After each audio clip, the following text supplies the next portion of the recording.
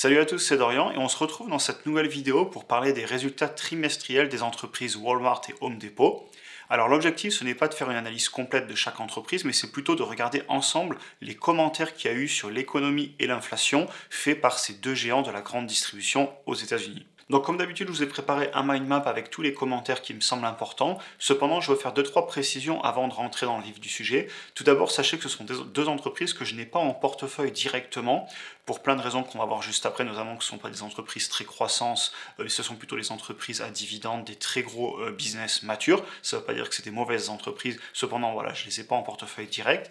Par contre, sachez que si vous avez du S&P 500 tout comme moi, vous êtes très bien exposé, avec notamment Home Depot à 0,94%, donc presque 1% d'un ETF S&P 500, et Walmart doit se trouver un petit peu plus bas ici, à 0,6% d'un ETF S&P 500. Donc ce sont les entreprises sur lesquelles je suis clairement exposé. Sachez aussi que ce sont des entreprises que je suis assez régulièrement, tout simplement parce qu'elles ont une énorme importance au niveau de l'économie. Ce sont des énormes distributeurs pour Walmart dans la grande distribution et pour Home Depot pour tout ce qui est entretien de la maison, construction, bricolage. Donc voilà, ce sont quand même des entreprises que je connais, et sachez aussi que j'ai une préférence naturelle qui va vers Home Depot pour plein de raisons, notamment les marges, le fait qu'ils soient plus dans un secteur de niche, etc. On en parlera peut-être un petit peu aussi. Alors on passe maintenant aux commentaires des entreprises. Tout d'abord Walmart. Donc ils ont eu une augmentation de leur chiffre d'affaires au troisième trimestre de 9% par rapport à l'année d'avant. Et là on va commencer déjà à prendre ces chiffres avec des pincettes, tout simplement parce qu'il faut bien comprendre que dans la grande distribution, les chiffres d'affaires ont tendance à toujours augmenter lentement mais sûrement dans le temps, tout simplement à cause de l'inflation. Et les personnes ont toujours besoin d'acheter de l'alimentation, d'acheter des biens de première nécessité, et donc forcément avec une inflation assez forte aux États-Unis, le chiffre d'affaires va suivre puisque tous les biens de première nécessité montent, et si on prend le chiffre d'affaires du coup de Walmart, c'est tout ce qu'ils vendent, et donc les prix augmentant, le chiffre d'affaires augmente aussi. C'est pour ça qu'après on va aller regarder plutôt les marges notamment pour voir ce qu'ils arrivent à redescendre en bas d'un point de vue financier, la dernière ligne, c'est-à-dire le net income. Il précise aussi que les Américains, de façon générale, de toutes les classes de revenus, ils ont acheté des produits à plus bas prix. Et ça me fait rebondir sur un article que j'avais lu il n'y a pas longtemps aussi en France. On avait eu des statistiques qui parlaient que de la même façon en France, les personnes sont en train de ralentir clairement l'achat de biens qui coûtent cher, comme le poisson, les viandes, les fromages. On lit ici en effet qu'ils délaissent de plus en plus les produits frais puisque bien évidemment ils sont chers, et ils se tournent désormais de plus en plus vers des marques distributeurs ou des premiers prix. Et c'est vraiment pour ça que je regarde souvent ces entreprises de la grande distribution, tout simplement parce que c'est directement un reflet de ce qui se passe dans la bourse des gens et dans l'économie. Et donc clairement, avec l'inflation qu'il y a et les personnes qui ont les salaires qui n'augmentent pas aussi vite, on voit une contraction au niveau des dépenses, ou du moins au niveau de la qualité de ce qu'ils achètent. Donc voilà, je vous le mettais ici, mais c'est le même type de commentaire qu'on a eu en France avec des personnes qui achètent moins de produits chers comme la viande pour se diriger vers des produits moins chers. Et de la même façon, il précise aussi, parce que ça Walmart peut le voir facilement, que les personnes, elles attendent plus les promotions pour acheter des téléviseurs, pour acheter des vêtements, des objets de la maison, etc. Pour eux, c'est très facile à voir, ils voient juste leur vente si c'était en promo ou pas. Et donc, ces entreprises sont extrêmement intéressantes à suivre parce qu'elles peuvent nous sortir de telles statistiques, puisque c'est ce qu'elles font au quotidien. L'autre commentaire en dessous qui ne fait que confirmer ce qu'on disait, les personnes, clairement, ils ont de moins en moins d'argent dans le porte-monnaie, et ils réduisent leur consommation de choses qui ne sont pas vraiment utiles. Et en gros, comme on le lit ici, ils cherchent à en avoir pour leur argent. Alors comme vous le savez, sur la chaîne on parle depuis des mois d'une possible récession. On l'est d'ailleurs certainement déjà aux États-Unis, mais après c'est de la politique de l'admettre ou pas. Ça risque aussi d'arriver en Europe, j'espère que non. Clairement, j'ai pas envie qu'on rentre en récession, mais c'est une possibilité.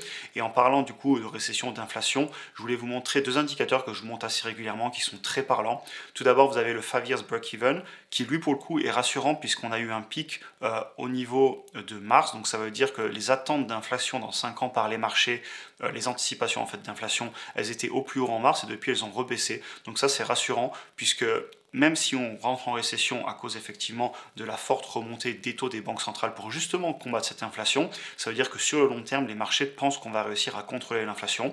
Donc c'est une mauvaise nouvelle sur le court terme, mais sur le long terme, je pense que c'est une bonne nouvelle.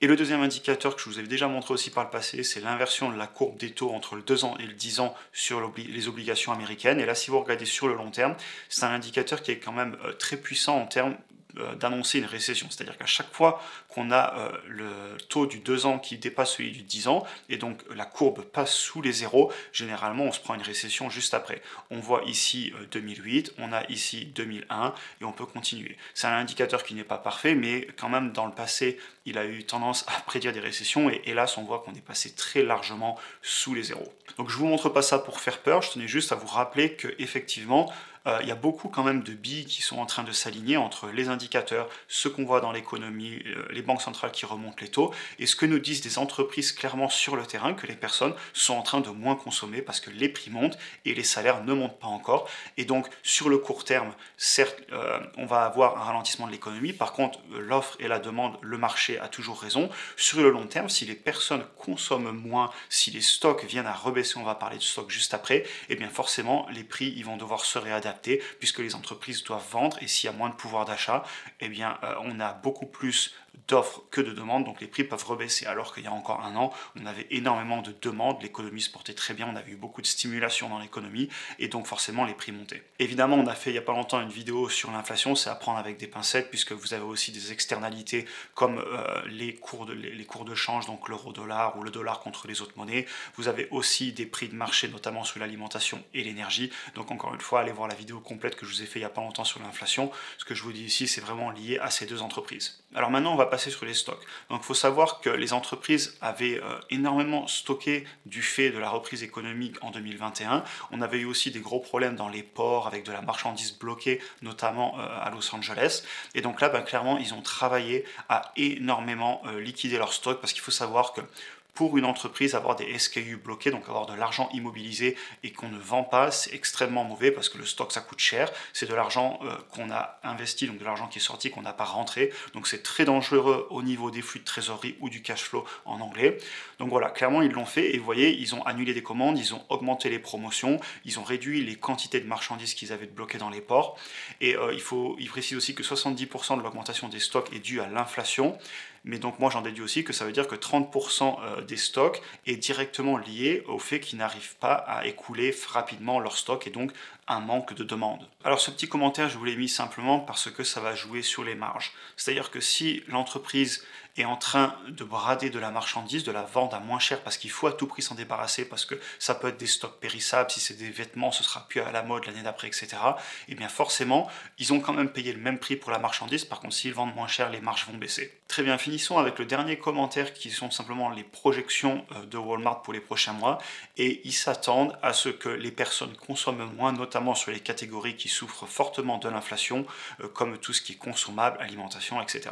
Donc c'est pas une surprise, c'est ce qu'on disait déjà juste avant. Maintenant on va aller voir quelques indicateurs. Encore une fois, je ne fais pas une analyse de l'entreprise, l'objectif c'est vraiment de vous montrer quelques points clés, et si vous voulez l'acheter, faites vos propres recherches, personne ne peut vous donner des conseils sauf vous-même. Donc tout d'abord les revenus, on voit qu'effectivement sur le long terme les revenus augmentent, ce sont les entreprises qui ont quand même certes un petit peu de cycle à cause des récessions, mais ce sont quand même des entreprises qui sur le long terme, vu qu'il y a de l'inflation et qu'elles doivent toujours vendre des biens de première nécessité, les revenus ont tendance à augmenter de façon assez régulière. Par contre ils augmentent très lentement. On voit que l'augmentation des ventes en composé sur les 5 dernières années pour Walmart c'est 3%, donc c'est très faible. Après ce sont des entreprises qui sont beaucoup plus des entreprises matures, qui payent un dividende, qui augmentent leurs dividendes, qui ont des marges assez faibles. On voit ici qu'on a un profit margin à même pas 3%, et donc forcément ils vont avoir un price to sales, un prix par rapport au chiffre d'affaires aussi très faible. Rien d'étonnant, ce sont des grosses entreprises matures, des machines à cash, enfin dans ce cas-là avec une faible marge, pas tant que ça, mais voilà, ce sont des grosses entreprises matures qui sont assez stables sur le long terme. Ensuite, si on continue, on va voir la marge brute, et là on voit effectivement qu'elle a bien dégringolé depuis quelques trimestres. On en parlait juste avant dans les commentaires, ce n'est pas étonnant. On va aller voir aussi les marges nettes. On voit qu'historiquement, et c'est pour ça aussi vous le verrez après que je préfère quand même Home Depot, les marges nettes sont très très faibles chez Walmart, et souvent quand je vous prends l'exemple dans d'autres vidéos de l'entreprise mature par excellence qui a une faible croissance, de faible marge, mais qui fait énormément de ventes, je vous cite tout le temps Walmart. Voilà, c'est pour cette raison, la marge elle se balade tout le temps entre 1 et 3%. Ensuite, on va voir rapidement le price to free cash flow, donc le prix par rapport au flux de trésorerie disponible. Et on voit qu'il a explosé tout simplement parce que si vous regardez la ligne juste au-dessus, le cash flow de Walmart a dégringolé. Encore une fois, c'est pas normal, les marges sont en train de baisser.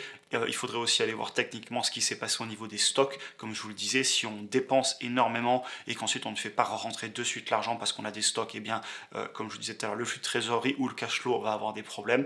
Donc évidemment, ce serait des choses à aller voir avant d'acheter l'entreprise. C'est pas l'objectif de cette vidéo. Très bien, maintenant on va passer aux commentaires de Home Depot. Donc Home Depot, de la même façon, augmentation des ventes de 6%, donc du chiffre d'affaires de 6% au troisième trimestre par rapport au troisième trimestre de l'année d'avant. C'est plutôt bon, c'est aussi évidemment lié à l'inflation puisque les prix ont augmenté et les personnes ont toujours besoin de rénover, etc.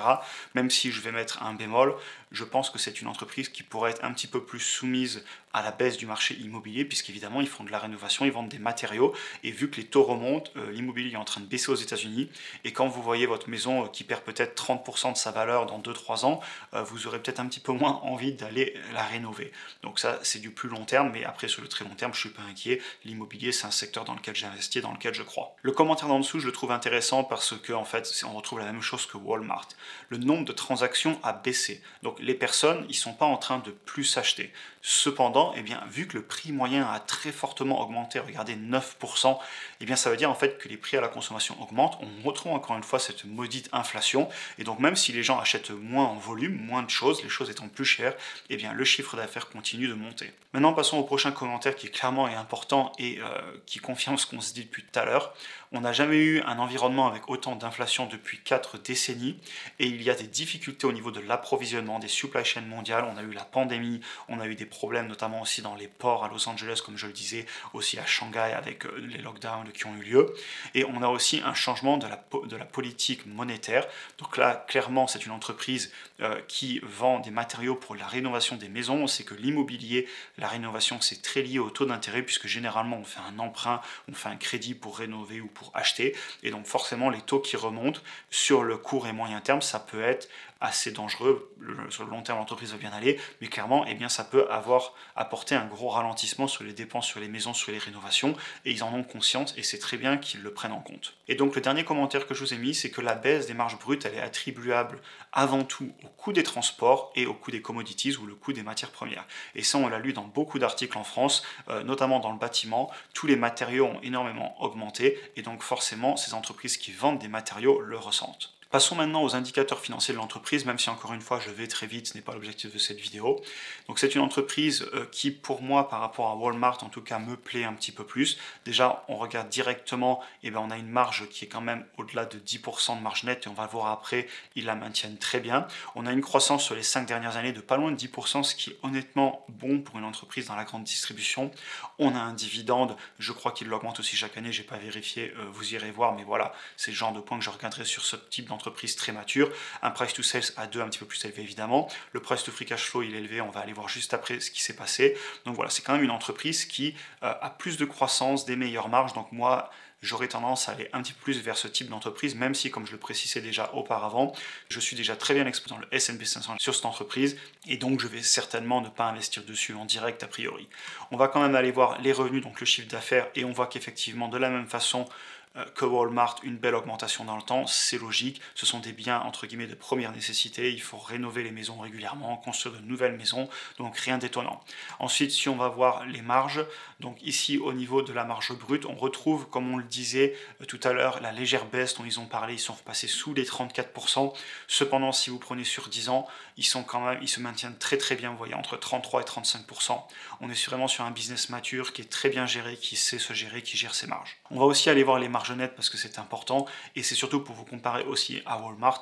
On voit que depuis 2010, ils ont une très belle amélioration constante des marges nettes et ils se baladent depuis 2018, donc depuis 4 ans, autour des 10% de marge nette, ce qui est excellent pour moi dans la grande distribution. On va voir rapidement le price to free cash flow, donc le prix par rapport au flux de trésorerie disponible. On voit qu'il était quand même beaucoup plus compétitif, en dessous de 20 globalement depuis de nombreuses années, et là il a explosé autour de 30. On voit que le free cash flow a baissé, donc rien d'étonnant. Sur le long terme, pardon, ce serait vraiment intéressant s'ils arrivaient à revenir sur un prix qui pourrait être en dessous des 20, si on voulait l'acheter, en tout cas d'un point de vue d'une action individuelle. Dans tous les cas, c'est pas mon cas, comme je vous le disais, je l'achète via un ETF. Donc voilà, je ne vais pas faire la vidéo plus longue. L'objectif, c'était vraiment de vous montrer les commentaires qui ont eu lieu de la part de l'entreprise sur l'économie. On confirme l'inflation, on confirme que les personnes font plus attention à leurs dépenses puisque les revenus n'augmentent pas aussi vite que l'inflation, ce qui veut dire que sur le court terme, on a une compression des marges, mais sur le long terme, on revient toujours à l'offre et la demande. Si il y a moins de demande, eh bien, les prix vont baisser puisque les entreprises doivent dans tous les cas écouler leurs stocks parce qu'elles ne peuvent pas conserver des stocks comme on l'a vu, et donc forcément sur le long terme, l'économie se reprend. C'est quand même une bonne chose aussi que les banques centrales augmentent les taux puisque cette inflation est terrible. On voit que ça dérègle tout dans l'économie, ça fait souffrir les personnes, et même si on la laisse s'envoler, ça peut complètement détruire des pays, des économies et des monnaies. Donc globalement, je suis content de voir que ces grosses entreprises, ce sont vraiment des très très grandes entreprises de la grande distribution, hein. Je suis content de voir qu'elles confirment ce que l'on voit aussi sur d'autres aspects, nous, quand on fait nos vidéos, quand on regarde ce que disent les banques centrales. Donc voilà, je suis content de les posséder dans mes ETF. Honnêtement, ce sont des belles entreprises, surtout Home Depot. Je ne les achète pas en direct, c'est un choix personnel. N'hésitez pas aussi d'ailleurs à me dire dans les commentaires si vous possédez ces entreprises en direct. Qu'est-ce que vous en pensez? N'hésitez pas aussi à me dire quel type de vidéo vous aimeriez que je fasse dans le futur. Est-ce qu'on continue sur ce type de vidéo? Ou si vous avez des idées, très souvent, je les traite selon ce que vous me dites. N'hésitez pas aussi à me suivre sur Instagram. Là-bas, vous me donnez beaucoup d'idées. Je réponds aussi aux messages directement si vous m'en envoyez. Sur ce, comme d'habitude, je vous souhaite une excellente journée et on se voit dans la prochaine vidéo.